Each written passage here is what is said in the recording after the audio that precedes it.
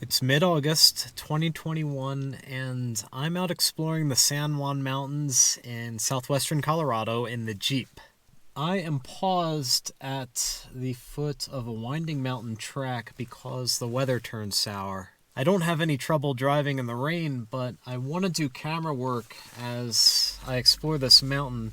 And this Panasonic Lumix S5 is sealed, but that doesn't mean that I like to get it saturated, so I am just waiting for the weather to subside just a little bit before I set off.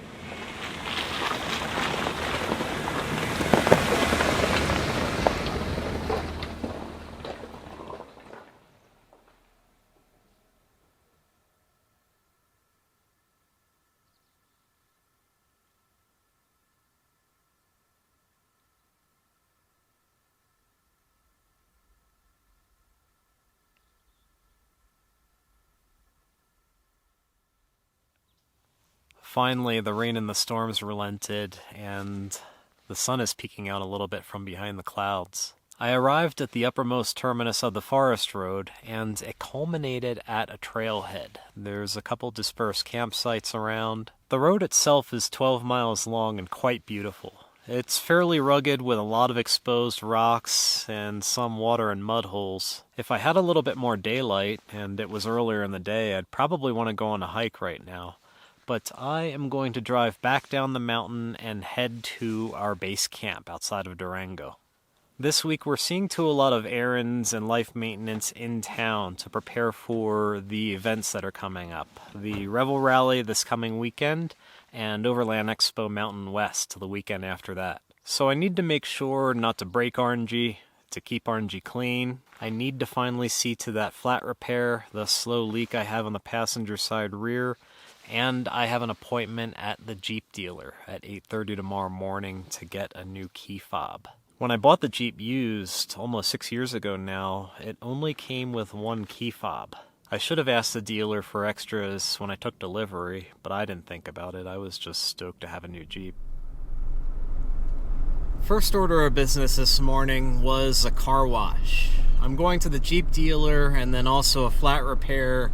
And yesterday up in the mountains, the Jeep got pretty messy. There's months, possibly years of dirt caked underneath the Jeep.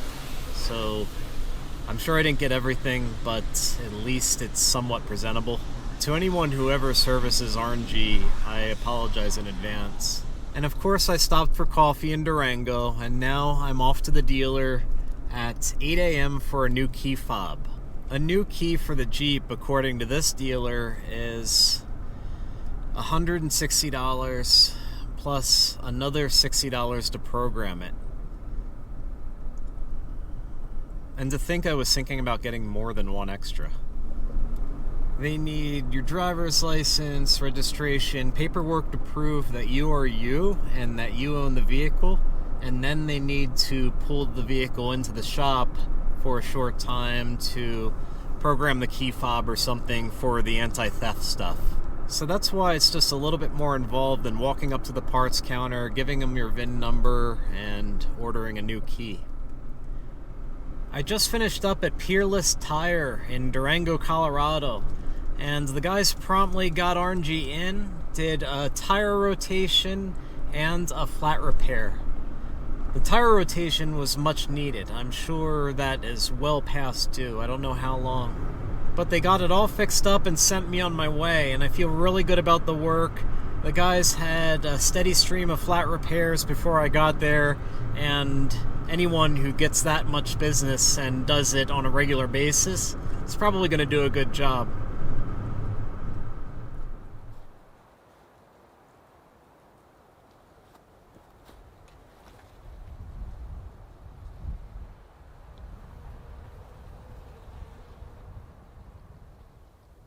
I got lunch, and I'm done running errands for today. I'm back at our base camp. It's early afternoon. There are still some chores, some things that I have to contend with. I don't try to grow a beard, but as a dude, it is a thing that happens. And the problem is that it eventually gets so big that it interferes with eating certain meals, particularly Mexican, with melted cheese, sour cream. So it just gets to the point where I need to do something about it. You're probably thinking, you know what we haven't seen Chris do over all these years? Shave. It would really be cool to see him shave. Said by no one ever.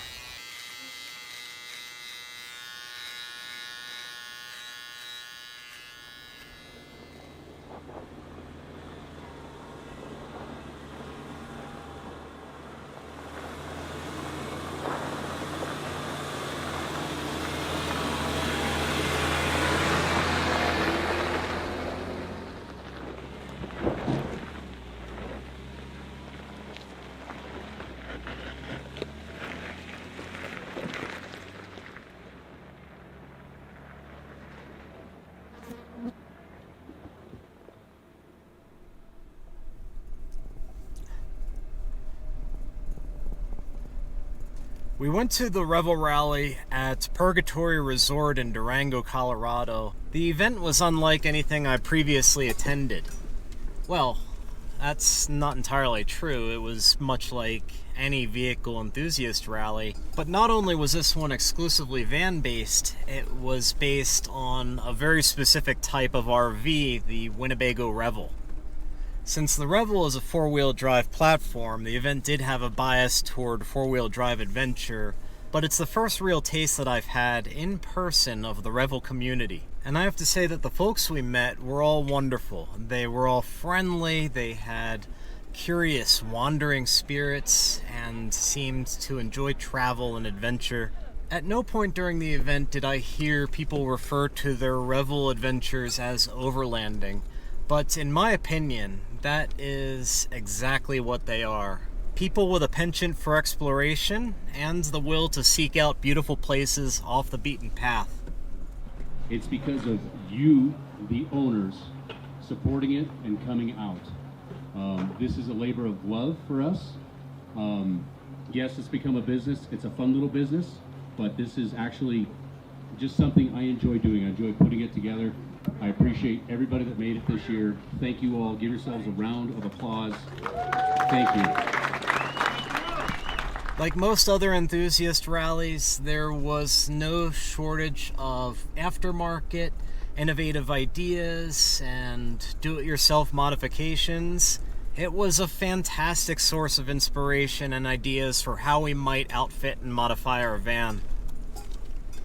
I spent a lot of time looking at innovative solutions from Canyon Adventure Vans, who makes the GLSS an innovative storage and lounging solution for the back cargo area of the Winnebago Revel. And I also looked very closely at Agile Off-Road's extended gas tank, their auxiliary gas tank, auxiliary water storage, gray water tank relocation, the list goes on. Sunday morning I did something new that I have never done before, and I was very, very, very nervous. Mike, the event coordinator, was familiar with Venture Forward, so when we told him we were coming, he asked if we would like to present, if we'd like to give a talk. At first I was like, no. That was my knee-jerk reaction. I don't have any experience public speaking. I often refer to myself as an introvert with a YouTube channel, which I feel is very apt. There's never anyone else here but me and the camera. But after sleeping on it, I was like, you know what, Chris? Stepping out of your comfort zone is good for you. So give this a shot. So Garmin InReach, I believe, is around $400 for the device itself. And then the cheapest plan, last time I checked, was $12 a month. I don't know what's involved. I know you press the SOS button and a helicopter flies in, and then you get a bill. But if you don't mind an exorbitant bill for a helicopter rescue, the SOS button will save your life. It broadcasts to emergency services, and that is what makes the Garmin InReach essential, especially for solo travel. After my 30 minutes, Shannon took over after me to talk about mobile connectivity and working on the road.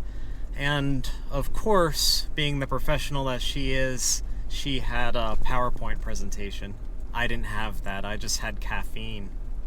Before the end of the event, I had the opportunity to get to know a couple of Revel-based YouTubers whom I've admired for a long time, Wings and Wheels Alaska. Absolutely. We've been doing YouTube for about 2 years, and mostly just off-grid adventures, storytelling, and a lot of visuals of Alaska. We like traveling into the extreme environments from 40 below zero all the way up to this summer we hit 110 at one point. Yeah. And down in Texas? Down in Texas. Yeah.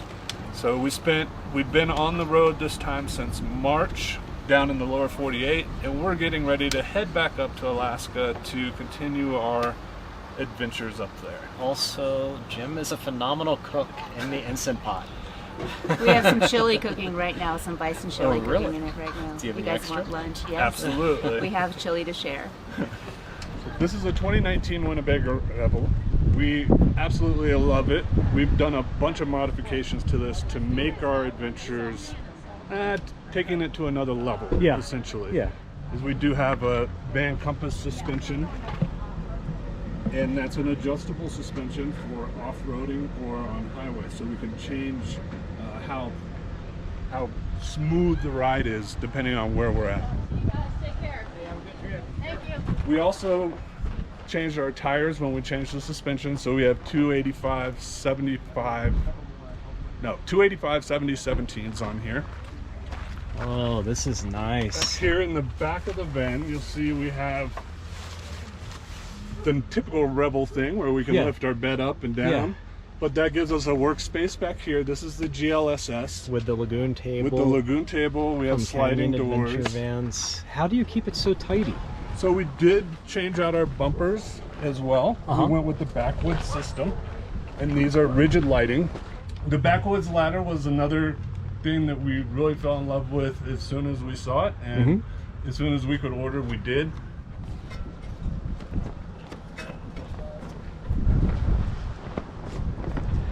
Your Max tracks have seen some action. Yes. This front bumper is also from backwoods, and we got this one. It's a bull bar. We like the lighting and the capabilities of the winch.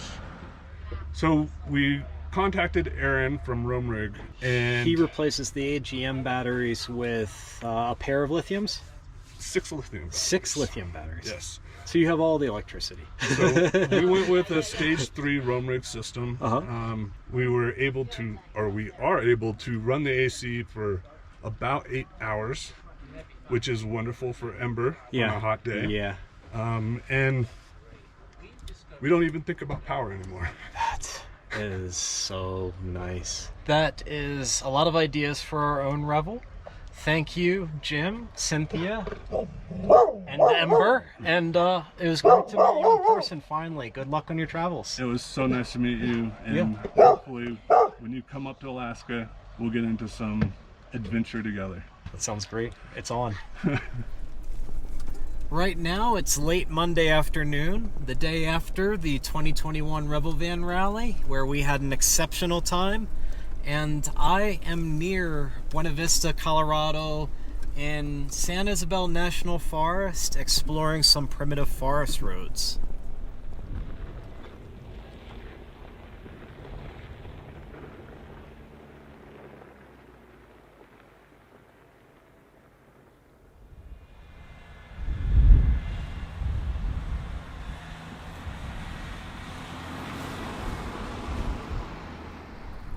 This is very much a dry, rocky, high desert terrain back here. I am at 8,900 feet and it's 4:30 p.m. so I have a few hours of daylight left, but I am keeping an eye open for a place to spend the night in the Jeep.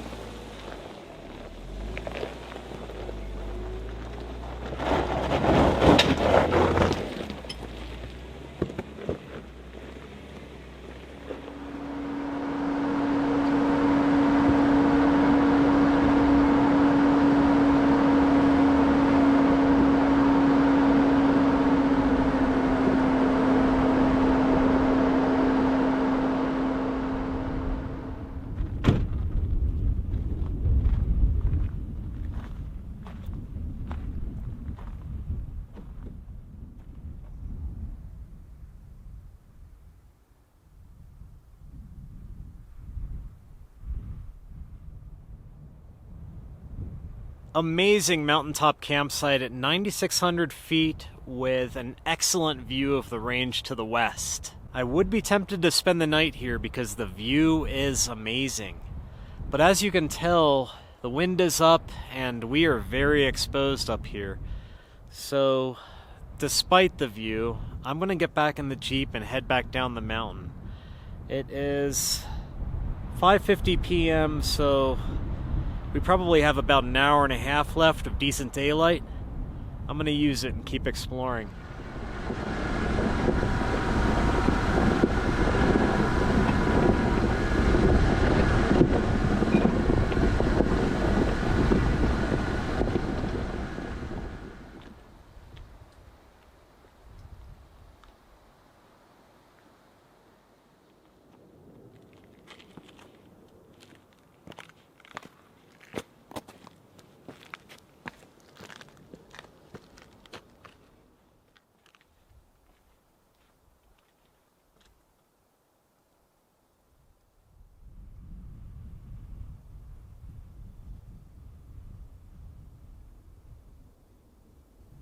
I didn't get a proper campsite tonight despite passing a few candidates on my way down the mountain. Instead, I found a flat spot next to some cool rock formations, so I decided to pop my camper here for the night.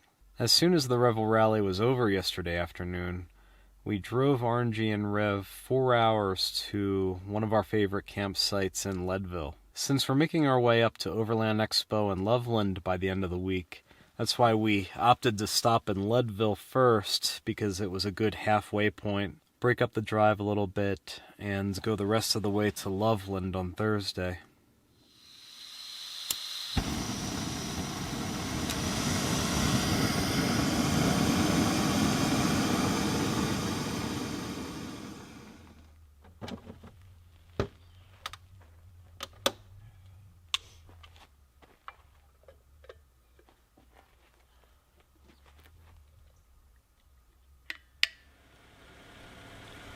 I came to this eroded section of forest road and thought I'd use this opportunity to share why I'm such an advocate of flexible suspension and a sway bar disconnect system. Generally speaking, these anti-sway bars improve handling and stability on pavement by reducing body roll. On varied terrain such as this, an anti-sway bar actually restricts movement of the suspension. So that's why Jeep Wrangler Rubicon models come with a button on the dashboard that allows you to disconnect your front anti-sway bar, allowing the front axle to articulate more freely. In the backcountry on forest roads such as this, that has two advantages. The first is improved comfort. As long as you're going at a slow speed, you don't feel the cab of the vehicle going back and forth and jostling you all around. Instead, all of that movement is in the suspension system. The second advantage is for off-road performance, because if all four tires are on the ground and the weight of the vehicle is evenly distributed to all four corners, that translates to positive traction. So in this situation, RNG is flexed out, but all four tires, even the ones that are in the ditch, are firmly on the ground. Although I do want four-wheel drive for this scenario, since all four tires are on the ground, I don't need help from traction control, I don't need locking differentials. Let's play around for a bit and take a look at what RNG suspension does with the front sway bar connected versus disconnected.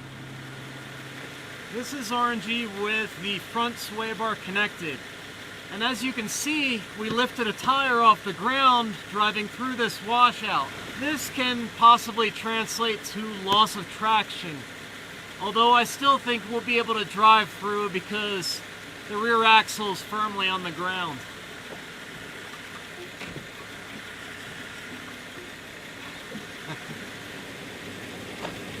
Here we are with the front sway bar disconnected. We have a lot more stability, front tires on the ground. That means we have positive traction. I'm aware of 3 four-wheel drive vehicles that have sway bar disconnect functionality from the factory. There might be more, but I didn't do any research before this. The Jeep Wrangler Rubicon, the Ram Power Wagon, and the brand new Ford Bronco. There are aftermarket sway bar disconnect kits for Jeep Wranglers if you do not have a Rubicon model, but just know that you should always reconnect your sway bar when you're driving on pavement or at speed for safety and stability.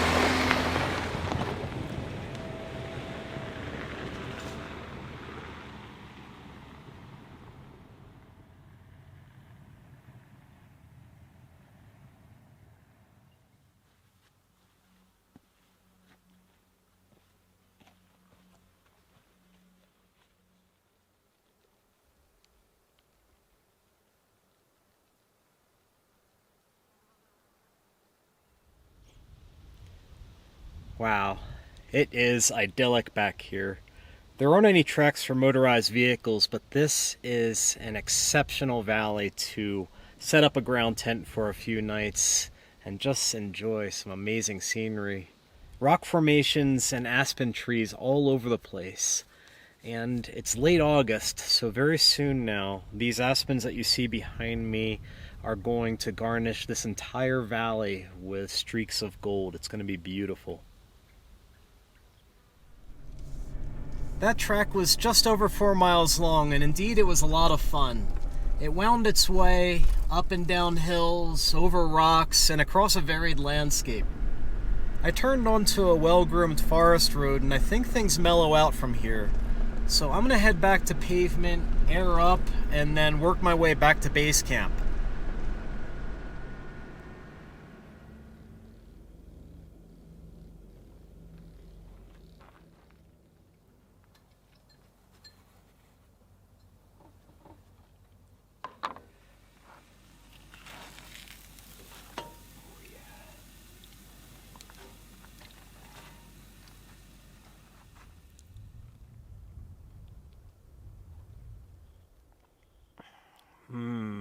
Turkey, tomato, onion, grilled cheese.